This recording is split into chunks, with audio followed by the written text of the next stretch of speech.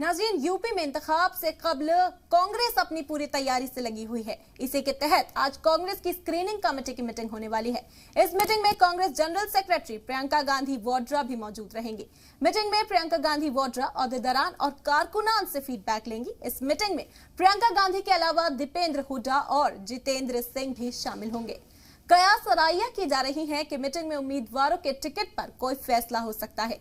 इस मीटिंग में प्रियंका दीगर सियासी जमातों से कांग्रेस में शामिल हुए बासर और कद्दावर लीडरान को भी टिकट देने पर फैसला ले सकती हैं। माना जा रहा है कि 100 से ज्यादा नामों पर आज फैसला किया जा सकता है।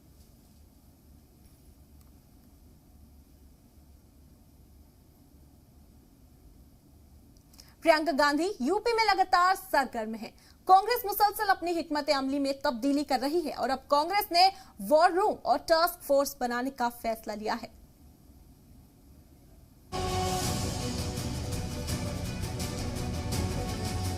उत्तर प्रदेश की सियासत में कांग्रेस में फिर से जान फूंकने के लिए party general secretary Priyanka Gandhi हर मुमकिन कोशिश में जुटी हुई हैं। उत्तर प्रदेश की मौजूदा हुकूमत के खिलाफ आवाज उठाने और लोगों की तवज्जो मरकूज करने के लिए एक हिज़्ब-ए-इख्तिलाफ जमात की लीडर के तौर पर प्रियंका गांधी हर तरीका अपना रही हैं। प्रियंका के सरगर्म होने से कांग्रेस कारकुनान में जोश तो हाई है, लेकिन पार्टी इंतखाबी मिशन में अब भी कांग्रेस सभी सियासी जमातों से पीछे चल रही है। ऐसे में प्रियंका गांधी ने हिकमत अमली में भी तब्दीली की है। नई हिकमत अमली के तहत कांग्रेस हर असेंबली सीट पर अपना वॉर रूम खोलेगी। इसके साथ ही अक्टूबर में हर असेंबली हलके में प्रतिज्ञा यात्राओं के साथ साथ मंडल सतही रैलियां भी करेगी। इसको लेकर party general secretary Priyanka Gandhi Vadra ने पीर को पार्टी के लिहाज से सबसे ज्यादा इम्कान वाली 100 असेंबली सीटों पर बनाए गए वॉर रूम का जायजा भी लिया। कांग्रेस जहां जहां लड़ेगी, जिस भी विधानसभा में कांग्रेस का प्रत्याशी लड़ेगा, वहां पर वार रूम की स्थापना होगी, वार रूम बनेगा।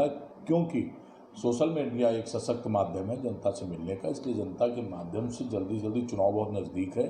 इसलिए चुनाव में जहां कांग्रेस का प्रत्याशी जिस भी विधानसभा में होगा, और लगभग सभी विधानसभाओं में कांग्रेस लड़ेगी और उन विधानसभाओं में वार रूम बनेगा। इंतखाबी मिशन पर लखनऊ पहुंची प्रियंका गांधी 2022 के असेंबली इंतखाब के लिए उम्मीदवारों के इंतखाब के अमल को भी देखेंगी। प्रियंका का 1 माह के अंदर ये दूसरा दौरा है और 5 दिनों तक इस दौरे के चलने की उम्मीद है। उनकी मौजूदगी से पार्टी कारकुनान में जोश हाई है। प्रियंका लखनऊ में मुसलसल 2 दिन से मैराथन मीटिंग्स कर रही हैं। कांग्रेस के जराये के मुताबिक प्रियंका ने राष्ट्रीय स्वयंसेवक और बीजेपी को जवाब देने के लिए एक टास्क फोर्स तश्कील करने का फैसला किया है। बताया जा रहा है कि ये टास्क फोर्स अजला में हो रहे ट्रेनिंग कैंप के दौरान मजदूरों के साथ मुख्तलिफ मौज़ूआत पर तबादला ख्याल करेगी और बीजेपी और आरएसएस की गलत और मुल्क मुखालिफ पॉलिसियों के बारे में जानकारी देगी। उत्तर प्रदेश में होने वाले 2022 के विधानसभा चुनाव को लेकर यूपी कांग्रेस ने 100 विधानसभा सीटों पर वॉर रूम बनाने का फैसला किया है। ये वो सीटें हैं जहां पर यूपी कांग्रेस को लगता है कि 2022 के विधानसभा चुनाव में कांग्रेस यहां से जीत सकती है। इन वॉर रूम के जरिए यूपी कांग्रेस उस विधानसभा सीट का हर हाल आला कमान तक पहुंचाएगा ताकि इस सीट को जीतने में खासी मदद मिल सके। कांग्रेस वाराणसी में एक बड़ी रैली की तैयारी में भी जुटी है। सूरज मशरिक से तुलू होता है और जराये के मुताबिक पार्टी की हिकमत अमली है कि इंतखाबी मिशन का आगाज भी रियासत के मशरकी शहर वाराणसी से किया जाए। वहीं कांग्रेस की इंतखाबी तैयारियों को लेकर हिज़्ब-ए-इख्तिलाफ जरूर परेशान है और वो कांग्रेस पर निशाना साधने से भी नहीं चूक रहा है। देखिए, प्रियंका वाड्रा उत्तर प्रदेश के अंदर पहले से हाशिए पे हैं और ये कहे कि उत्तर प्रदेश की सरकार अच्छा काम नहीं कर रही है, उनकी कथनी और करनी और उनकी मंशा, उनकी स्ट्रेटजी से पता चल जा रहा है। किसी भी राजनीतिक दल को अपने चुनाव की तैयारियां करने का, राजनीतिक रणनीति बनाने का उसका अपना हक है, उसके अपने अधिकार हैं। कांग्रेस जिस तरह की भी रणनीति बनाई, लेकिन कांग्रेस का सभी को पता है, आम जन को पता है, पत्रकार को पता है, बुद्धिजीवियों को पता है और सभी लोगों को पता है कि कांग्रेस की किसी रणनीति का उत्तर प्रदेश में सिर्फ और सिर्फ लोगों की आशाएं और लोगों की उम्मीद की अगर कोई विचारधारा है तो वो समाजवादी पार्टी है और उसके नायक माननीय अखिलेश यादव जी।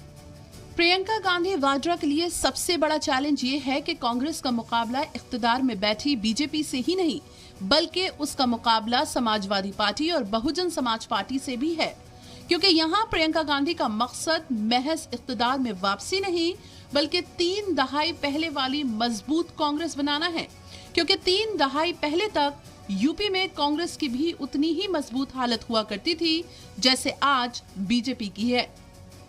ब्यूरो रिपोर्ट, जी मीडिया। उत्तर प्रदेश में असेंबली इंतखाबात को लेकर सियासी हलचल मुसलसल बढ़ती जा रही है। बुध को प्रगतिशील समाजवादी पार्टी के कौमी सदर शिवपाल सिंह यादव की रिहाइशगाह पर AIMIM सदर असदुद्दीन ओवैसी और सुहेल देव भारतीय समाज पार्टी के सदर ओम प्रकाश राजभर और आजाद समाजवादी पार्टी के सदर चंद्रशेखर रावण पहुंचे। शिवपाल सिंह यादव मुसलसल समाजवादी पार्टी के साथ इत्तेहाद की पहल करते रहे हैं, लेकिन अभी तक तस्वीर साफ नहीं हो पाई है। इस बीच इस मीटिंग को काफी अहम माना जा रहा है। शिवपाल सिंह यादव की रिहाइशगाह पर 3 पार्टियों के सदर के पहुंचने को सियासी नजरिए से बेहद अहम माना जा रहा है, क्योंकि ओवैसी 21 सितंबर को भी शिवपाल सिंह यादव से मुलाकात कर चुके हैं। इस बार ओवैसी के साथ राजभर और रावत के आने से संकल्प भागीदारी मोर्चा तश्कील की कवायद जोर पकड़ती नजर आ रही है। आपको बता दें कि सियासी हलचल यूपी में तेज हो चुकी है। दरअसल शिवपाल सिंह यादव ने असदुद्दीन ओवैसी से मुलाकात की है और इस दौरान चंद्रशेखर आजाद भी यहां मौजूद रहे, तो कई तरह की कयास आराइयां हो रही हैं कि इत्तेहाद की खबरें भी सामने आ सकती हैं। आपको बता दें कि शिवपाल सिंह यादव ने अखिलेश यादव को अल्टीमेटम दिया था कि अगर बहुत जल्द कोई फैसला समाजवादी पार्टी की जानिब से नहीं आता है तो वो उम्मीदवार उतार देंगे हर सीट पर अपना और अलग से इंतखाब लड़ने की तैयारी में जुट जाएंगे।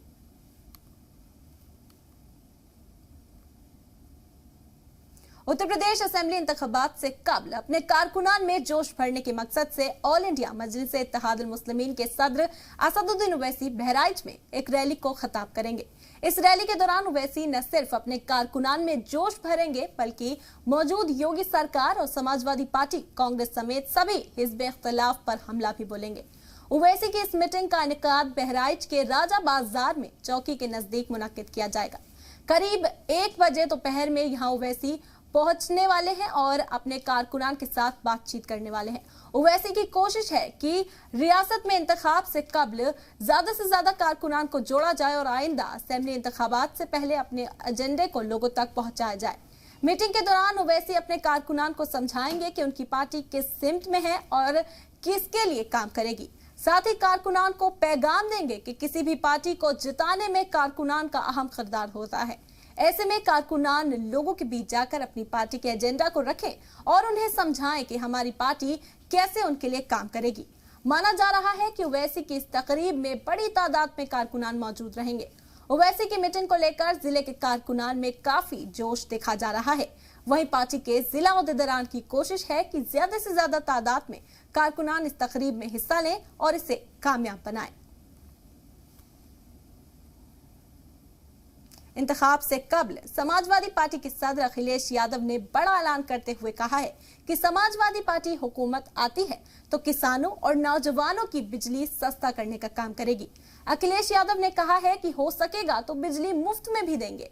अखिलेश का बिजली मुफ्त वाला इंतखाबी वादा 2022 के नतीजों में बड़ा हेरफेर कर सकता है। समाजवादी सरकार आएगी तो किसानों की और हमारे नौजवानों की, गरीबों की बिजली को सस्ता करने का काम हो सकता है। हमें गरीबी इंतजाम कुछ करना पड़े तो वो इंतजाम समाजवादी लोग करके दिखाएंगे। ये घोषणा पत्र में हम लोग शामिल करेंगे। चलिए अब बात करते हैं यूपी में हिज़्ब इख्तिलाफ पार्टियों की तैयारी की। रियासत में समाजवादी पार्टी ने असेंबली इंतखाबात के लिए उम्मीदवारों की स्क्रीनिंग का काम शुरू कर दिया है। इस बार समाजवादी पार्टी के टिकट के लिए उम्मीदवारों की भीड़ काफी ज्यादा है। कुछ सीटें तो ऐसी हैं जहां एक सीट के लिए 40 से 50 लोगों ने अपनी उम्मीदवारी पेश की है।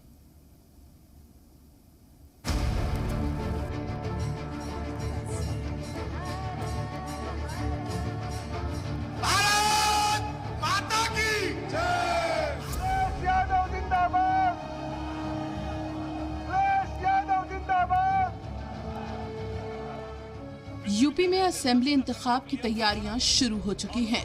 बीजेपी के लिए ये इक़्तिदार बरकरार रखने की लड़ाई है, तो अखिलेश यादव रियासत में दमदार वापसी करना चाहते हैं।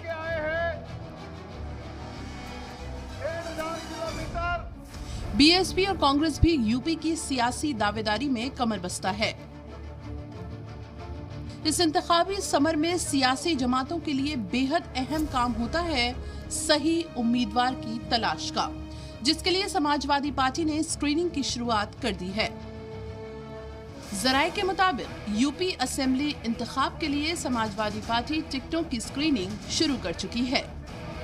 सर्वे और तंजीम की रिपोर्ट की बुनियाद पर टिकट तकसीम करेगी। समाजवादी पार्टी ने 403 में से 354 सीटों के लिए दरख्वास्त मांगी थी। 354 असेंबली सीटों पर टिकट की दावेदारी के लिए 4452 दरख्वास्त आई हैं। 49 सीटों पर समाजवादी पार्टी के सिटिंग रुकन असेंबली हैं। सिटिंग अराकीन असेंबली वाली सीट पर समाजवादी पार्टी ने दरख्वास्त नहीं तलब की है। इस लिहाज से एक असेंबली सीट पर औसतन 12 उम्मीदवार टिकट की दावेदारी कर रहे हैं। कुछ असेंबली सीटों पर तो 40 से 50 लोग भी टिकट के उम्मीदवार हैं। तो समाजवादी पार्टी ने एक लोकतांत्रिक तरीके से लोगों का आवेदन मांगा है और हर तरह के लोगों ने आवेदन किया है। पार्टी उस पर सर्वे कर रही है, लोगों के बारे में पता करा रही है और फिर उसमें से जो बेहतर होगा उसका चयन किया जाएगा। यूपी में खास हिज़्ब इख्तिलाफ जमातों में से एक समाजवादी पार्टी के टिकट के लिए उम्मीदवारों की फहरिस्त हर बार लंबी होती है, लेकिन इस बार ये तादाद काफी ज्यादा है। ऐसे में पार्टी के लीडरान का हौसला भी बुलंद है। सिटिंग अराकीन असेंबली वाली सीट पर दरख्वास्त नहीं मांगे गए हैं। इसका मतलब इस सीटों पर समाजवादी पार्टी चेहरों पर दोबारा यकीन कर सकती है। इसके अलावा मुआविन जमातों के लिए भी कुछ सीटें छोड़ी जा सकती हैं। देखिए, सवाल नाराज का नहीं है, वो लोग विचारधारा समर्पित लोग हैं और सभी को पता है कि 403 विधानसभा सीटें हैं, तो कोई भी राजनीतिक दल 403 ही टिकट का बंटवारा कर पाएगा। समाजवादी पार्टी पहले असेंबली हलकों में अपनी ताकत का अंदाजा लगाएगी, फिर उम्मीदवार की मजबूती देखेगी। इसके लिए बाकायदा बड़े लीडर जिलों में जाकर तंजीम के साथ मीटिंग कर रहे हैं। वहीं बीजेपी ने कहा समाजवादी पार्टी को इस तैयारी से कोई फायदा नहीं होगा। देखिए, समाजवादी पार्टी के लिए आज चुनौती है कि वो पार्टी को बचा पाए। अब 2022 उनके लिए एक बड़ी चुनौती है। हर चुनाव में उन्होंने किसी न किसी को साथी बनाया है, लेकिन इस बार के चुनाव में उनको साथी ढूंढने से नहीं मिल रहे हैं। लेकिन वास्तविकता में समाजवादी पार्टी की लड़ाई केवल और केवल बहुजन समाज पार्टी के साथ है। वो बसपा के साथ इस बात की होड़ में है कि कौन विपक्ष नंबर 1 होगा। सियासी पार्टियों को टिकट ऐलान के दौरान कई बार टिकट कटने वाले उम्मीदवारों की बगावत का सामना भी करना पड़ता है। ऐसे में समाजवादी पार्टी फूंक फूंक कर कदम रखना चाहती है। विशाल पांडे की रिपोर्ट, जी मीडिया, लखनऊ। राष्ट्रीय लोकदल बड़ी सतह पर उत्तर प्रदेश में यात्राएं निकालने जा रही है और इसकी शुरुआत अक्टूबर के पहले हफ्ते से होगी।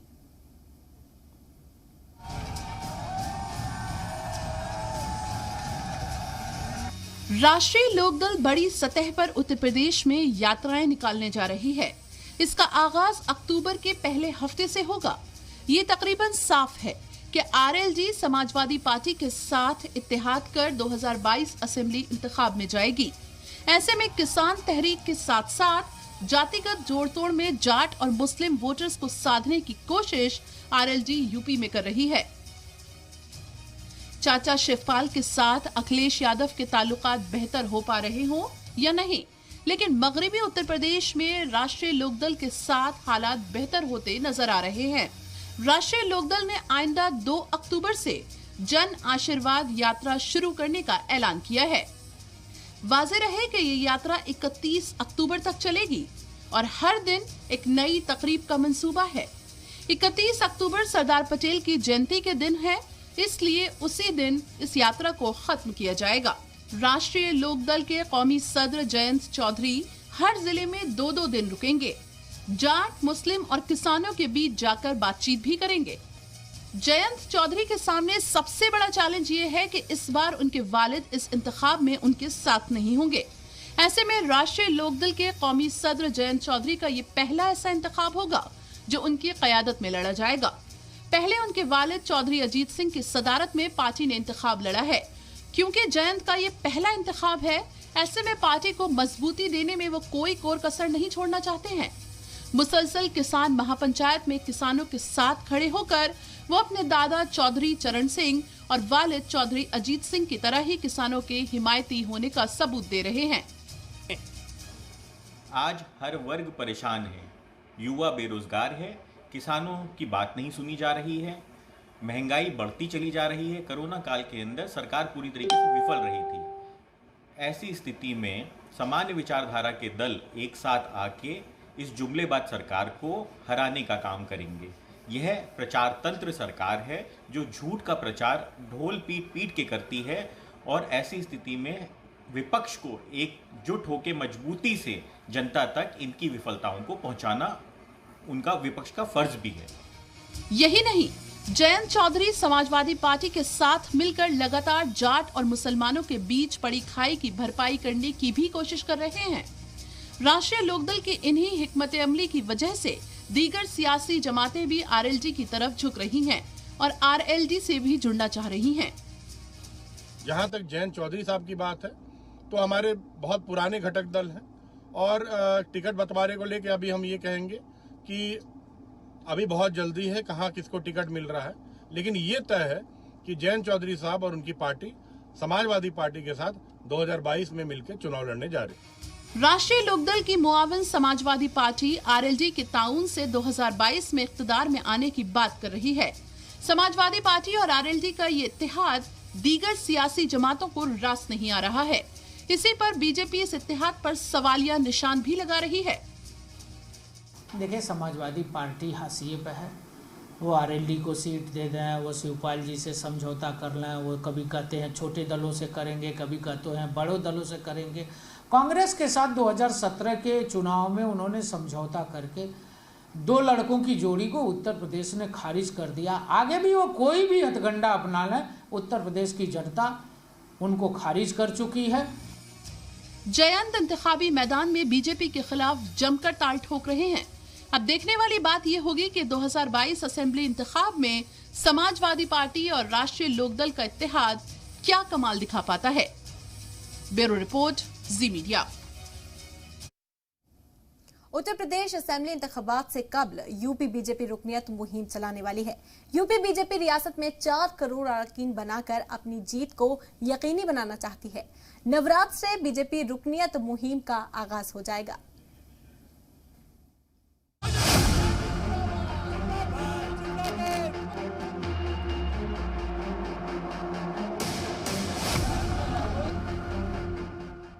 दो 2022 असेंबली इंतखाब से कबल सभी सियासी जमातें उत्तर प्रदेश में अपनी मजबूती बढ़ाने की मुहिम में जुटी हुई हैं और बीजेपी अपनी इंतखाबी मुहिम में कोई भी कसर नहीं छोड़ना चाहती है। काबीना तौसी से समाजी ताने बाने का मवाजना बनाने वाली बीजेपी अब रियासत में अपने अराकीन की तादाद में इजाफा करने की महामुहिम का आगाज करने जा रही है। इंतखाब से कबल बीजेपी यूपी में रुकनियत मुहिम चलाएगी, जिसका मकसद रियासत में बीजेपी की जीत यकीनी बनाना है। वाज़ेह रहे कि नवरात्रि में यूपी में बीजेपी की रुकनियत मुहिम का आगाज होगा। वजीर दाखिला अमित शाह की मौजूदगी में रुकनियत मुहिम शुरू कराने की तैयारी में यूपी बीजेपी है। यूपी में 1 करोड़ 50 लाख नए अराकीन बनाने का हदफ है। अक्टूबर से दिसंबर तक ये मुहिम जारी रहेगी। अभी यूपी में बीजेपी के तकरीबन 2 करोड़ 50 लाख अराकीन हैं। बीजेपी लीडरान के मुताबिक बीजेपी रियासत में 4 करोड़ से ज्यादा अराकीन बनाकर अपनी जीत को पूरी तरह यकीनी बनाना चाहती है। लेकिन सदस्य संख्या के आधार पर भारतीय जनता पार्टी आज भारत की नहीं बल्कि विश्व की सबसे बड़ा राजनीतिक दल है और उत्तर प्रदेश में भारतीय जनता पार्टी के पास इस समय 2.5 करोड़ सदस्य हैं। हमने टारगेट लिया है क्योंकि विधानसभा के चुनावों में पिछली बार हमने 3 करोड़ 60 लाख वोट प्राप्त किए थे। हमारा प्रयास है कि हम 60% हिस्सेदारी उत्तर प्रदेश के विधानसभा चुनाव में मतदाताओं में पाएं और इसके लिए हमने टारगेट लिया है कि 1.5 करोड़ मतदाता भारतीय जनता पार्टी के साथ और जोड़ने का काम करें। जब 4 करोड़ भारतीय जनता पार्टी के सदस्य होंगे तो भारतीय जनता पार्टी को उत्तर प्रदेश में हराना संभव नहीं। वहीं बीजेपी के 4 करोड़ अराकीन बनाने के दावे को समाजवादी पार्टी ने मजाक बताया है। समाजवादी पार्टी ने कहा है कि बीजेपी दावे तो बड़े बड़े करती है, लेकिन जमीन पर कुछ अलग ही है। भारतीय जनता पार्टी का ये झूठ का पुलिंदा है। मैं आपको कई ऐसे उदाहरण बता दूंगा कि जमीन पे भारतीय जनता पार्टी को अब लोग नहीं मिल पा रहे हैं। अब उनका ये झूठ है और एक तरह की ये मनोवैज्ञानिक बढ़त लेने का काम कर रहे हैं। बीजेपी के लोगों को उत्तर प्रदेश की 24 करोड़ जनमानस हर मुद्दों पर नकार चुकी है और इनको लोग नहीं मिलेंगे, इनकी संख्या तो छोड़। यूपी इंतखाब से कबल दावों और दावों पर सवाल का सिलसिला तो जारी रहेगा, लेकिन बीजेपी इस नवरात्र से अराकीन की महामुहिम की तैयारी में जुटने वाली है। सबसे बड़े सियासी सूबे में 1.5 करोड़ कारकुनान बढ़ाकर बीजेपी अपना दबदबा कायम रखना चाहती है। विशाल पांडे की रिपोर्ट, जी मीडिया, लखनऊ।